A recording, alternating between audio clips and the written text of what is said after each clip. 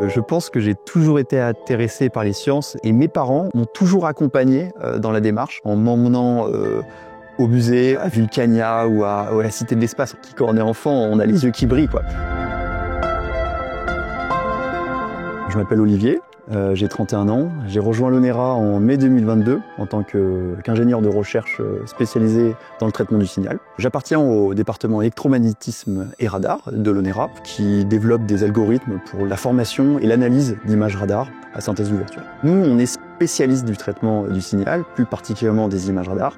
Donc, l'acquisition de ces images est réalisée par une autre unité de recherche et nous, on est dans l'exploitation de ces données.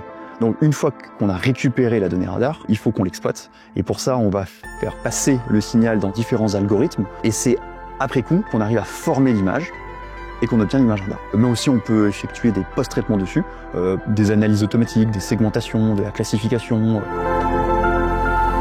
Ce qui m'a toujours intéressé, c'est de pouvoir satisfaire une forme de curiosité. Et sur une multitude de sujets différents. Me poser des questions, partager ces questions-là avec mes collègues. Et aussi, ce qui me plaît particulièrement, c'est avoir une flexibilité, une autonomie. Puisque pour pouvoir satisfaire une curiosité, c'est aussi être libre de pouvoir aller dans la direction qui nous semble, à l'instant T, la plus propice.